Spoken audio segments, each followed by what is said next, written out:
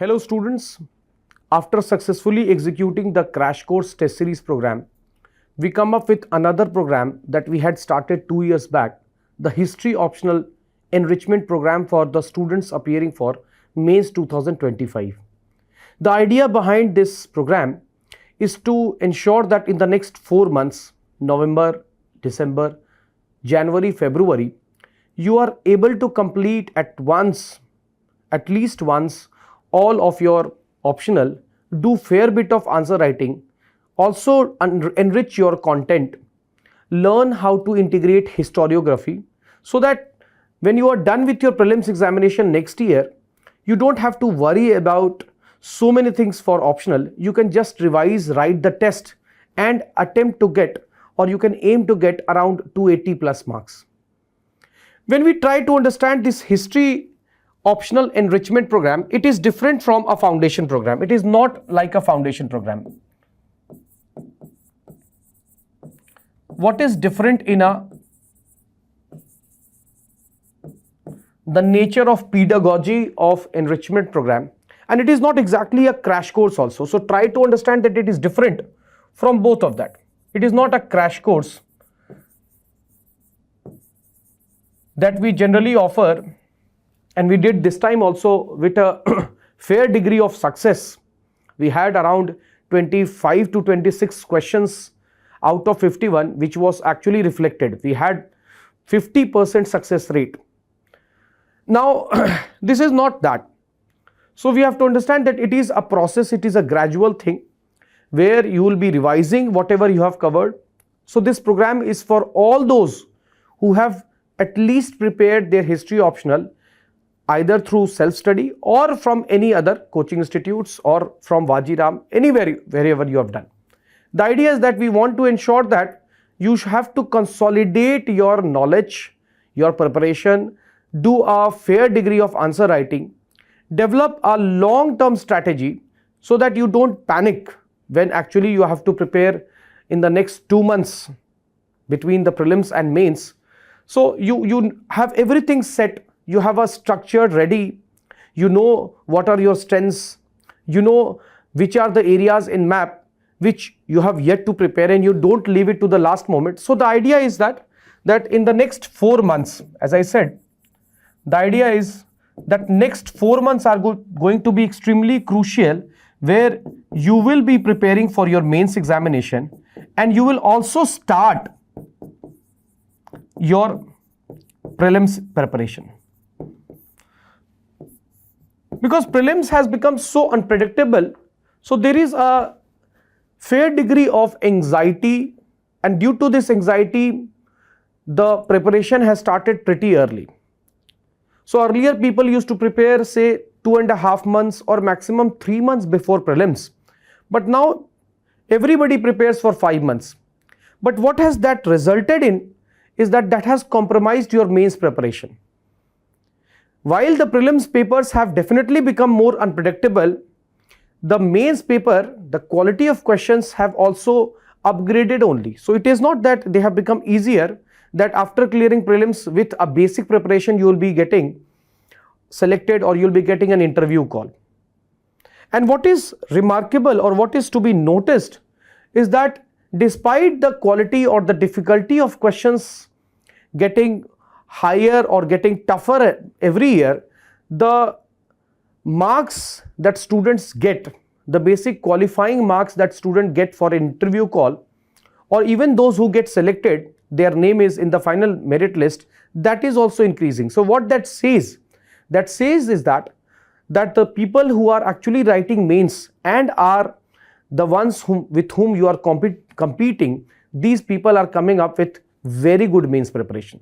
That is why it is important that in the next 4 months, as we talk about it, in the next 4 months, we do not have to have a one-sided view of the examination. We should not be too much obsessed with only prelims, or we cannot afford to, let me be honest, we cannot afford to neglect our optional preparation.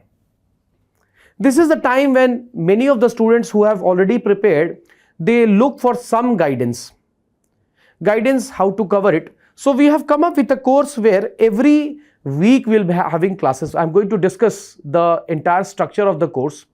You will be getting targets, and the idea is that we expect in history optional enrichment course that any student should on an average devote 2 to 2.5 hours daily.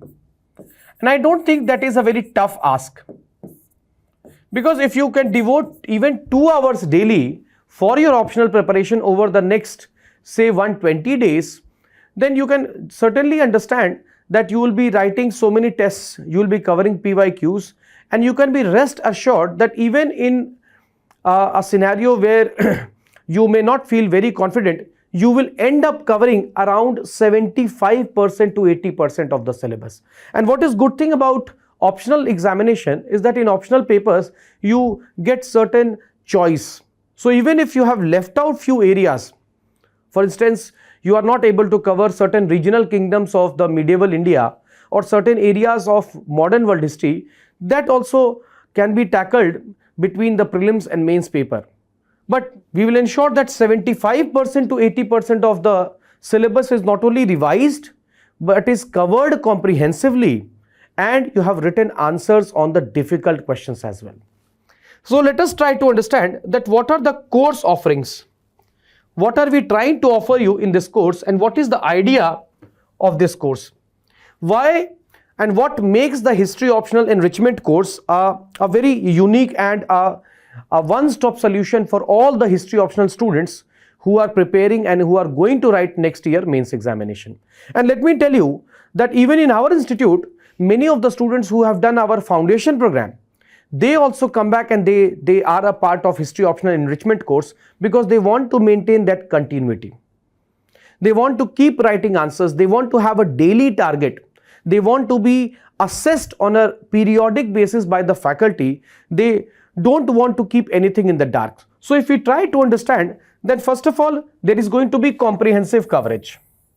So if we try to understand the course, there is going to be comprehensive coverage. Now, comprehensive coverage here means two things. We'll be covering one, the macro themes. Macro themes, you will be getting a detailed topic listing for all the sections. So for ancient India, you will get a topic listing. Topic listing means that we will decode the syllabus. We will tell you that what are the themes from where questions have come in the last 25 years, say for example Mauryan era, and what are the questions from the Mauryan era or which we expect have not been asked but are there in the syllabus. So we'll be decoding the syllabus. We'll be deconstructing the syllabus. And by deconstructing and decoding the syllabus, we will pull out the macro themes and the micro themes. For example, everybody studies about the Stone Age.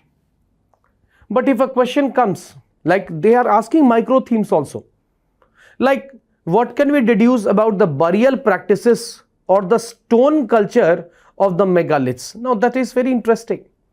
Or what can we say about the nature of society? So they are asking very detailed and dynamic questions. That can be a micro theme.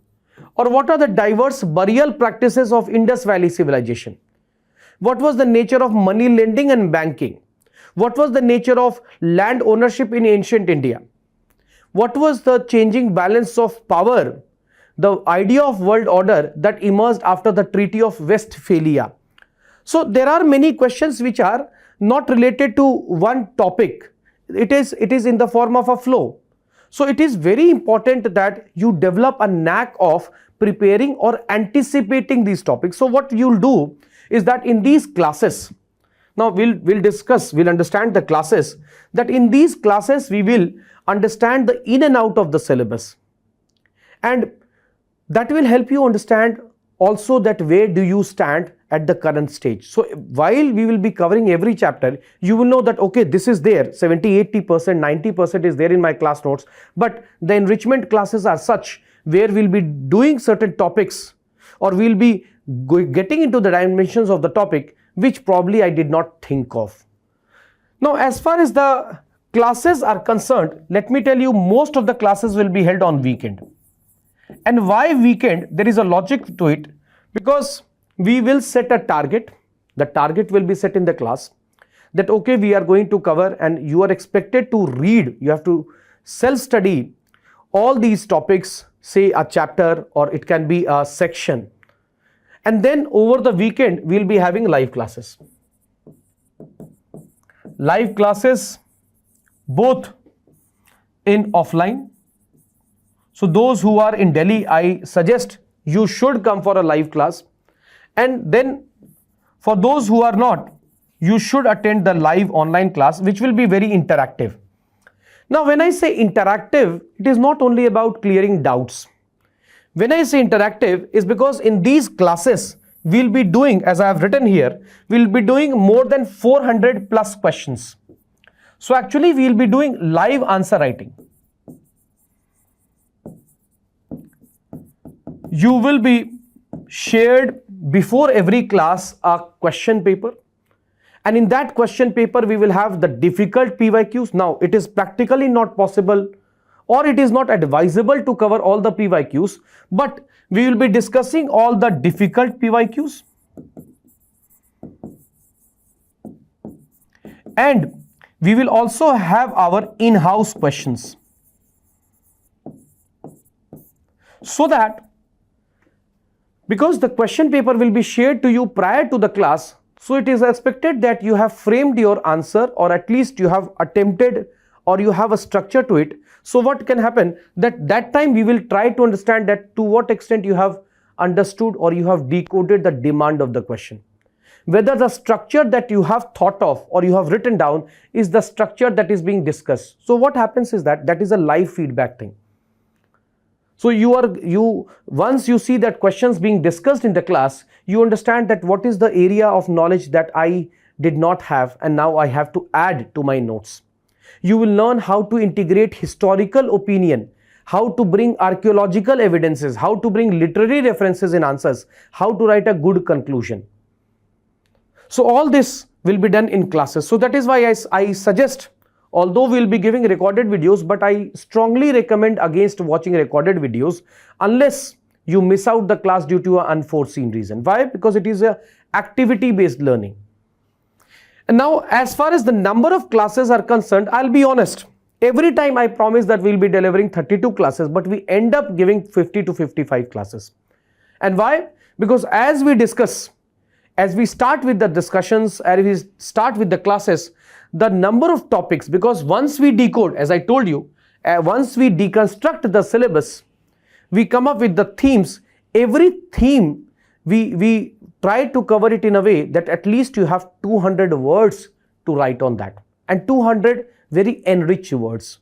So what we are going to do is that we are going to cover this entire course with the help of questions, and sometimes not only questions, but we will also be discussing historical debates, historiography. But we will not be too much obsessed with only historiography. I would not say that this course, the USP of the course is historiography.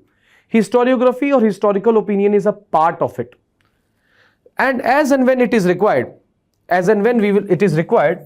we will integrate the diverse perspectives in your answers. So that at the end of the sections, for example, you have completed modern India or you have completed modern world history, you will be shared a list of historical debates that you can keep for your quick revision. So that is the idea, that we are going to have these classes and it will become a part and parcel of our life, that every weekend, mostly it will be around evening time, but it will be a process where we'll be looking and we'll be utilizing the entire weekend to sum up. Now, what will happen during the week? If we try to understand that what are we going to do during the week? And again, another aspect before we see during the week is our art and culture classes. Art and culture, because if you see this time paper 1, especially medieval India, most of the questions, many questions were from cultural themes. Like, what was the contribution of the Kalandriya saints, Malwa school of painting, Ajaf-Shahi dynasty. So many questions have come from culture. And also, culture remains the Achilles heel of many of the optional students also, because they have read, but now they want to integrate or they want to prepare their culture in a way that prelims examination is coming up. So what we do is that we will have separate classes. So for example, once we are done with Stone Age, then we will have a class. You will be given a PDF, faculty's my own handwritten notes, in which entire topic will be there, but we will be discussing the dimension of it. So for entire paper 1, we are going to focus on art and culture, architecture, literature, very important. Literature is something, it is not only about facts, books and authors, but we'll have to understand the stream of literary development. We'll have to understand the development of Persian, Sanskrit, Urdu, regional languages, the development of script in ancient and medieval times, the development of art and culture in the British times, something that has not been asked, but we anticipate. We'll be focusing on philosophy. So many questions come in prelims examination also from Buddhist philosophy, the Bhakti philosophy. So this time they had asked a question on the Acharya and their contribution to the Bhakti philosophy. So we will try to cover Bhakti philosophy, and then the rituals, festivals in news. This will be shared with you. So that the idea is, because as I said, that this is also the time where you will be covering and preparing for your prelims. So you are rest assured that your art and culture is taken care of, so that you don't have to prepare from elsewhere. Whatever you have read, that is going to only help you to enrich and add value to your classes that we are going to attend here. Now, as we said that we will be having our live classes, weekend classes in both online and offline. But along with that, as I told you, that on weekdays, what are you going to do? Certainly, you will prepare on your own, but what we will do is that on every day, we will post one question a day. And the idea is that you should keep writing every day, because yes, we'll be having tests, we'll be having sectional tests. Almost every 14 days, you will be having a test, a 90 minutes test. But we want that you develop answer writing as an art. It should become a habit, so that whenever and wherever you have posed a question, you should be in a position to write an answer. And what you will do is that you will be uploading this. So we will discuss that how you can benefit out of this daily answer writing program. In fact, let me tell you, in our crash course also, we had this daily answer writing initiative, and many of the questions which have actually reflected in the UPSC examination are from our daily answer writing initiative. So it is very important that every morning, I suggest every student should get up in the morning and should write an answer, and then they should begin their day. We will also have crisp. I'm not going to add a lot of study material, but what we will do is that some of the crisp pointer notes, especially covering historiography, for art and culture faculty handwritten notes, and then we will try to share the summaries. This is something that we are offering for the first time. We will be sharing the summaries of important standard books.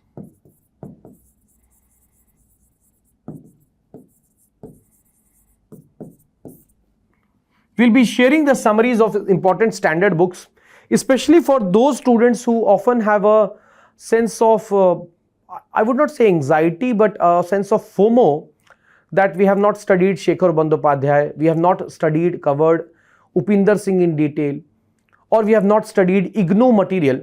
So are we going to miss out, or do we have that knowledge? So for those students, we'll be sharing some of the summaries of these books. But this is also going to be in somewhat around 250 to 300 pages. But again, with these summaries, you can selectively read, so that you can selectively read and enrich your knowledge. And then last thing, no preparation can be complete without answer writing. So we will be having a lot of sectional tests and also 2 full-length tests. 8 sectional tests, 2 for each section: ancient India, medieval India, modern world.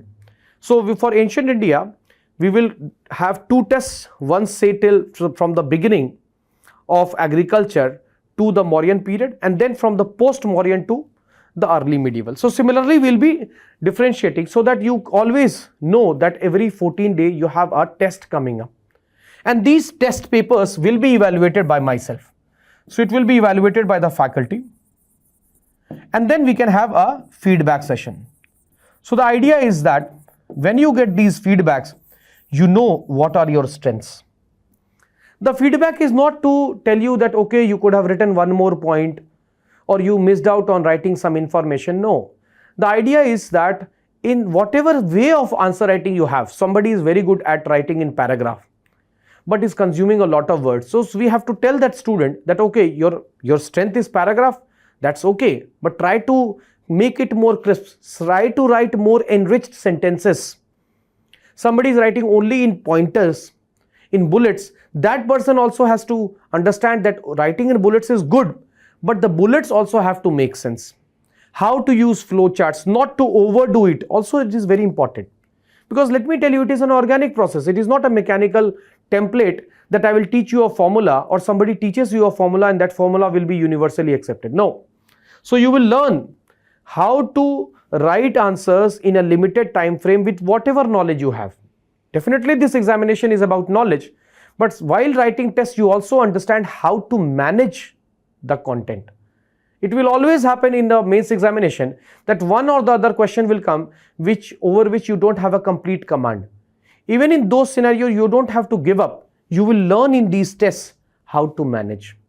You will learn when you write the full length test that how to maintain consistency and how to write quality answers from, say, question number 1 to question number 19. Very important. So as I said, attempt the daily questions, upload it on the portal. So even for offline students, I would say that you don't have to come to the institute to meet the faculty. Upload on the portal and I'll check it, and within, say, 48 hours, I'll be checking it myself. Within 48 hours, get the evaluated copy, and when you come for the class, even online students, we can have a discussion. So the process is basically very simple. The only challenge is that you have to remain consistent, you have to be religious, you have to carry out this without fail for the next 4 months. And why I say next 4 months? Because as Max Weber had said, that in those societies where there are more rituals, more festivals, people have a natural tendency to work less. Now, let us prove Max Weber wrong. We know that the time period that we are going to see is the period of festivals in India. That is why the course is designed in a way where you are always on your heels. So what you have to do? Revise your class notes, whatever notes you have, enrich your notes with the knowledge that you are going to get in the class, update your class notes so that at the end of the entire cycle, your class notes are the one-stop solution, and keep practicing writing, assessing yourself. So you have to self-assess also. You have to understand that, okay, this is the area in answer writing where I lack or I have to do some more of effort. So this process, as you keep on doing for the next 4 months, believe me, as I said in the beginning also, let us believe in the process and let the outcomes take care of themselves. So we will target your progress regularly. We will have sectional test every fortnight, and then after, say, paper 1 is complete, we will have a full length paper 1 test, and then once paper 2 is complete, we will have a full length paper 2. So it is a structured approach to learning. The idea is that it is not just a regular class. That is what I said in the beginning. It is very much different from a foundation course where you complete your syllabus and in the midway you write a test. Here you have a target, but the target is not so stiff that you feel anxiety. The target is an easy one. You have say 30 pages to read every day, not more than that, and that also from your class notes. You have to write an answer. You have to engage in class discussions. You have to try to frame answers to the questions before you come to the class. You have to be very attentive in the class. Then keep on solving in the class. Do daily answer writing. Be regular with your tests, and then focus on the feedbacks that you get. That is the idea. That these feedbacks will help you understand that which are the minor changes you have to bring in your answer writing. So with this, I welcome you all, and mostly in the first week of, so please check our portal. In the first week of November,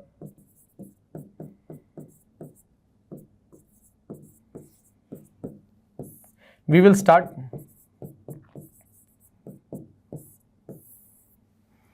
We'll start the course, and as you enroll, so once you enroll into the course, you will get a topic listing. You will not get a book list, you will get topic listing of paper 1. And once you get a topic listing of paper 1, do self-assessment, very important, with the help of your notes.